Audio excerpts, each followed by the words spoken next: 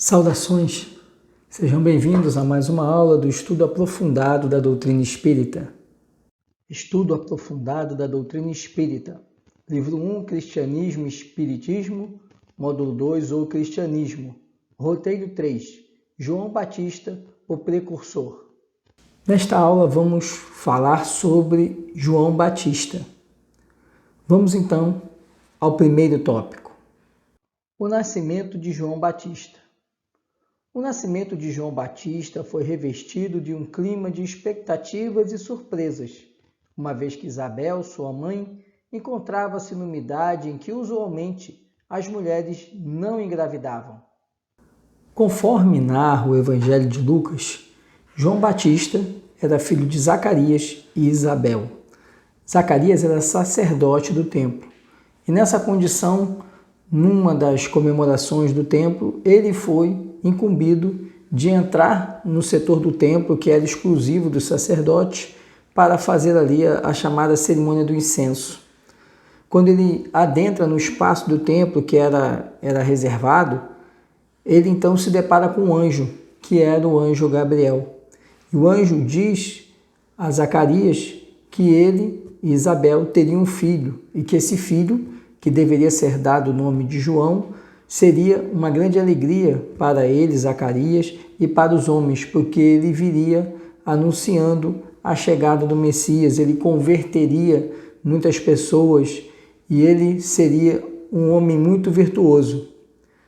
Zacarias fica estupefato e diz que isso não seria possível, que ele já era muito velho e a sua mulher estéril, e como é que eles conseguiriam conceber o filho? E aí o anjo Gabriel, ele reforça dizendo que ele era emissário de Deus e ele vinha em nome de Deus para lhe dar aquela notícia. Só que como ele não acreditou no anjo, ele então ficaria mudo até que todas essas coisas se confirmassem. E quando Zacarias sai do templo, ele se demorou muito dentro do templo, quando ele sai do templo, ele sai sem conseguir falar, apenas gesticulava. E todos sabiam que havia acontecido algo grandioso dentro do templo, mas ele não conseguia falar. Então ele retorna para casa, Isabel aparece, ela consegue engravidar e ele passa 5 meses recluso em casa até que todas essas coisas se confirmassem. E assim o nascimento de João é cercado, portanto, de uma série de eventos, como podemos ver, eventos de mediunidade, fenômenos que ressaltam a importância e a relevância no plano espiritual da figura de João Batista e da relevância da chegada do mesmo aqui no plano material. Essa questão da mudez de Zacarias não foi, na verdade, uma punição, e sim era um meio para que todas as previsões, aquilo que estava sendo dito se confirmasse. E quando Isabel concebe, no 8º dia que o menino ele seria circuncidado, seria atribuído um nome ao menino. E Isabel diz que o nome do menino seria João. E todos questionaram porque não havia ninguém na família de Isabel com o nome de João. E então eles chamam Zacarias, que ainda não estava falando. Zacarias pega uma tábua e escreve a frase dizendo o nome dele é João. E todos se maravilharam com isso e Zacarias volta a falar, porque todas as previsões do anjo tinham acabado de se completar. E as pessoas acreditavam que ali havia a mão de Deus, que no nascimento daquela criança, no nascimento de João, havia a mão de Deus. João Batista ele se desenvolveu normalmente como criança, mas ele já foi demonstrando determinadas singularidades.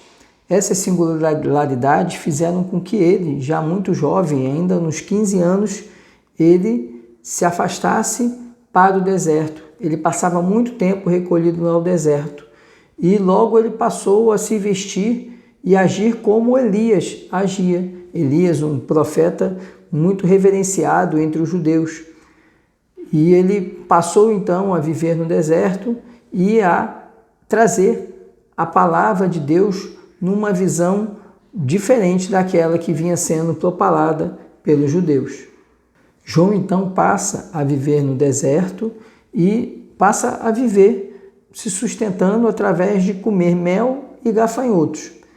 E ele passa então a predizer a vinda do Messias, a dizer que alguém muito maior que ele iria chegar para apresentar o reino de Deus, e ele passa a exercitar o que se chamava batismo. Ele utiliza as águas do Rio Jordão para isso, dizendo que ali estava fazendo com que aquela pessoa nascesse para o reino dos céus, nascesse para Deus. Segundo tópico, João Batista, o precursor. João Batista veio de uma linhagem sacerdotal, mas não seguiu o sacerdócio, pelo menos na forma como seu pai praticava.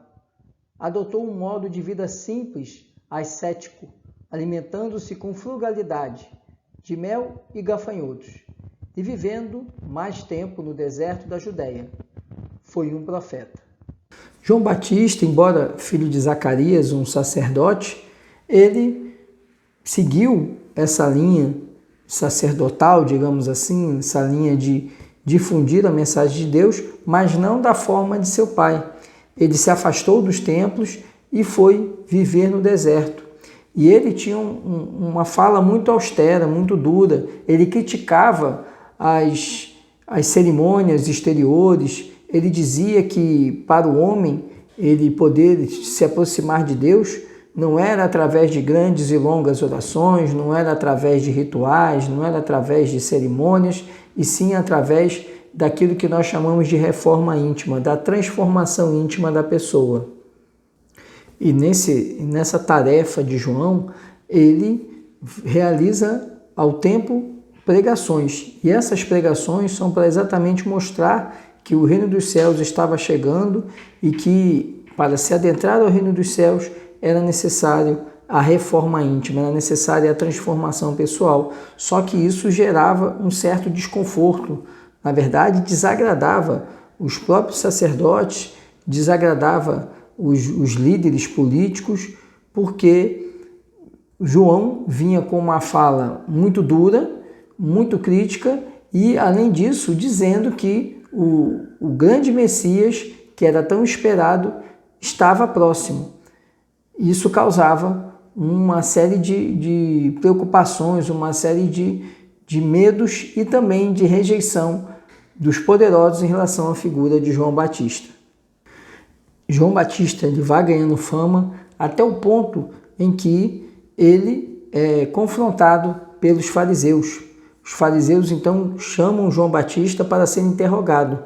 E nesse interrogatório eles indagam se João Batista era o Messias, se ele era o profeta. E João Batista nega tudo isso. João Batista apenas diz que ele veio para preparar o caminho daquele que era o Messias. E diz mais que é alguém tão grande que ele não teria nem a coragem de desatar as sandálias dessa pessoa, tamanha a sua grandiosidade.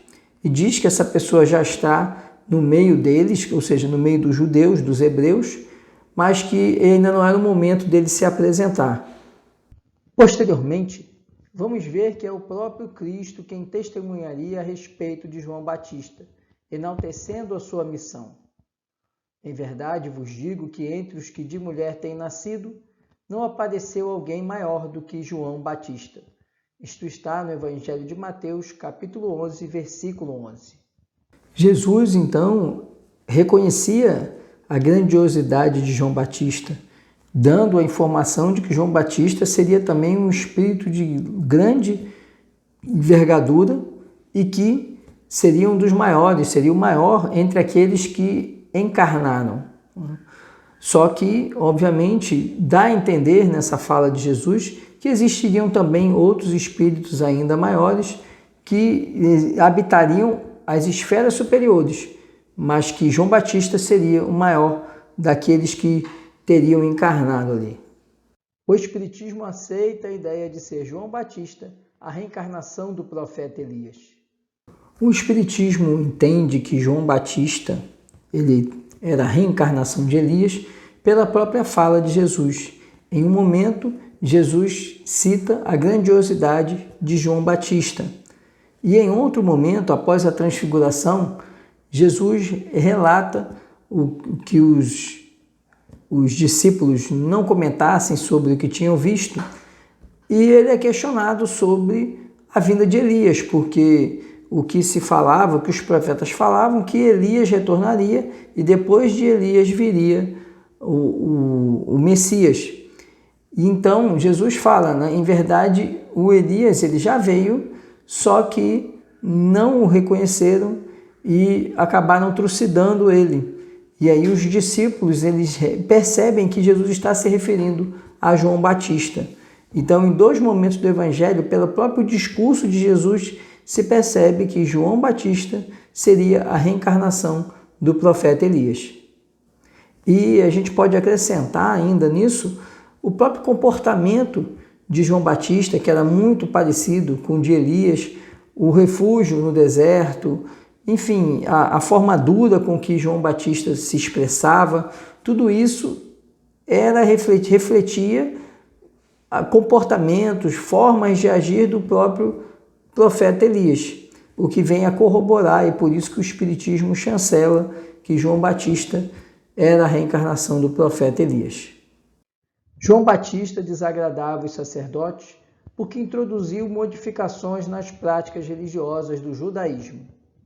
Essa questão de João Batista desagradar os sacerdotes está relacionada tanto ao ritual do batismo que João Batista passou a praticar, porque ele dizia que era preciso se purificar, para que o homem ele ascendesse a Deus, ele deveria passar por um processo de renascimento, de renovação, de purificação, e utilizava a água como esse simbolismo, colocando de lado todos os rituais que os judeus utilizavam. Além disso, ele tinha certa aversão também à questão do templo. Ele sempre pregava em locais abertos, e aliás, ele nem morava numa casa, ele vivia no deserto, então ele tinha aversão a esses espaços de culto, dizendo que Deus estava, na verdade, na natureza, estava fora daquele local. E isso fazia com que os sacerdotes eles tivessem muita raiva de João Batista, porque João Batista desqualificava os rituais dos judeus e desqualificava também os templos. Além disso, a família real ela tinha também muita raiva de João Batista, porque ele colocava sempre a imagem da família real como a imagem de pessoas impuras, em razão dos próprios comportamentos que eles adotavam. E isso causava na família real um grande constrangimento e uma certa revolta, principalmente em relação à mulher de Herodes. O nascimento e vida de João Batista teve uma única finalidade, segundo o Espiritismo: anunciar a vinda do Cristo. Daí ser ele chamado com justiça o precursor. João Batista ele tem então uma representação muito forte dentro do cristianismo, e ele tem um grande significado de verdade, porque ele vem anunciar a chegada do Messias, que é Jesus Cristo. Agora, ele não era um espírito perfeito, não era um espírito puro como Jesus. Isso fica caracterizado pela forma como que ele se desliga do mundo material, significando que ele tinha resgates a fazer, já que ele, como Elias, ele mandou decapitar todos os sacerdotes daquela época, e agora ele, naquela ocasião, como João Batista, também fora decapitado a mando da mulher, por provocação da mulher de Herodes, a mando de Herodes, e significando que havia ali um resgate que João Batista tinha que fazer em razão dos seus equívocos, que como Elias praticou essas decapitações também contra sacerdotes em Israel. João Batista é, portanto, o último profeta do povo judeu, porque após João Batista já se eleva a figura de Jesus, do Messias, que era tão esperado e que vem à Terra para trazer a lei de amor. Esse era o conteúdo da nossa aula, espero que tenha gostado. Deixe aí seu like, seu comentário. Desejo uma excelente semana e até a nossa próxima aula. Muita paz e muita luz.